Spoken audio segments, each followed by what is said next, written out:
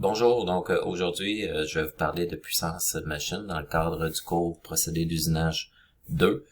Donc, la première capsule, on va faire le tour de la théorie. Ce que je vous présente ici, vous avez accès à ce PowerPoint-là dans les documents disponibles sur Léa, donc vous pourrez les consulter au besoin. Donc, définition de la puissance, en fait, la puissance est une quantité d'énergie par unité de temps. Donc, pour deux systèmes qui auraient des puissances différentes, vont quand même être en mesure de fournir le même travail, donc la même énergie durant la même période.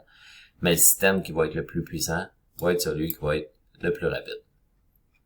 Donc, pourquoi qu'on a besoin d'estimer la puissance machine dans différents cas? Ça va être parfois pour s'assurer que certaines opérations d'usinage sont réalisables avec les machines qu'on a sur le plancher. Parfois, ça va être pour déterminer la puissance qui va être requise lors de l'achat d'une machine dédiée, ou ça va être pour optimiser l'utilisation du parc machine. Donc, je vous invite à la fin du petit vidéo, je vais mettre le lien vers une vidéo de Titan Puissance Machine qui va compléter un petit peu la théorie qu'on voit aujourd'hui. Les unités de mesure qui nous intéressent dans le système impérial, on va voir les HP ou les chauffe-vapeur, et dans le système métrique, on va voir les kilowatts. Donc, ici, on a la conversion 1 HP qui est égale à 0,745 kW. Premièrement, ce qu'il faut savoir quand on vient machiner avec un outil, on va prendre l'exemple d'un tour. Quand la pastille vient frapper la matière, finalement, on a une puissance, on a besoin d'énergie du côté de la coupe. Donc, la puissance requise pour réaliser l'opération d'usinage va dépendre finalement de la puissance requise copée pour enlever 1 pouce cube de métal par minute, puis du taux d'enlèvement de matière. Donc, copée, c'est vraiment la puissance que j'ai besoin pour enlever 1 pouce cube de matière par minute. Donc, c'est des HP par pouce cube ou des kilowatts par centimètre cube. Puis Q, ben, c'est le taux d'enlèvement de matière. Donc ça, c'est la formule de base. Si on regarde un petit peu plus en détail, la première variable, finalement, copée. Ben, copée, on va la retrouver dans le Machinery Handbook. Il y a des tables que je vais pouvoir vous présenter dans la deuxième vidéo, puis dans les exercices, en fait. Fait qu'on va aller chercher ces valeurs-là de copée dans le Machinery Handbook. Puis ils dépendent effectivement de la dureté du matériel, de la microstructure, de l'avance, des conditions de l'arête de coupe, puis des angles de la phase de coupe. Il dépend pas toutefois, par exemple, de la vitesse de coupe, de la profondeur de coupe et de la matière de l'outil de coupe. Donc, si on résume, en fait, toutes les valeurs qui sont dans les tables 1A et 1B du Machinery Handbook, en fait, ils ont été trouvés en laboratoire, finalement, avec des microstructures spécifiques de métaux.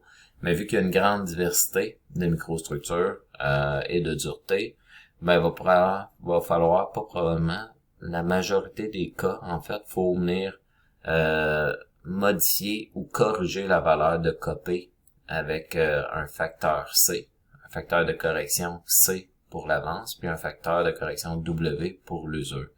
Parce que les valeurs dans les tables, en fait, ils ont été établis avec une avance de 12 millièmes de pouce par tour, dans le cas du tournage, ou de 12 millièmes de pouce par dent dans le cas du fraisage, puis un angle de coupe positif de 14 degrés. Donc, c'est des paramètres. Les tables sont bâties finalement selon ces valeurs-là. Dès qu'on déroge de ça, on doit venir corriger le facteur copé. Finalement, on doit le corriger avec le facteur C qu'on trouve et le facteur W. Sinon, on revient à la même formule du début qui est copé fois Q pour la première formule. Le paramètre Q, quant à lui, en fait, finalement, qui est le taux d'enlèvement de matière, mais 12 fois la vitesse de coupe, fois l'avance, fois la profondeur de coupe. Faire attention, D ici, c'est vraiment profondeur de coupe. Donc ça, cette formule-là est valide pour le tournage. Il y a des formules qui sont légèrement différentes. Je pourrais vous les montrer un petit peu plus tard dans le cas du fraisage. Fait qu'on les retrouve dans ce cas-là, le paramètre Q ou la formule pour le paramètre Q. Ça va être à la table 5 du Machinery Handbook. Donc, pour la première formule, si je m'en viens ici à la diapositive 10, finalement, le résumé des formules. Donc, on a la formule de base. OK?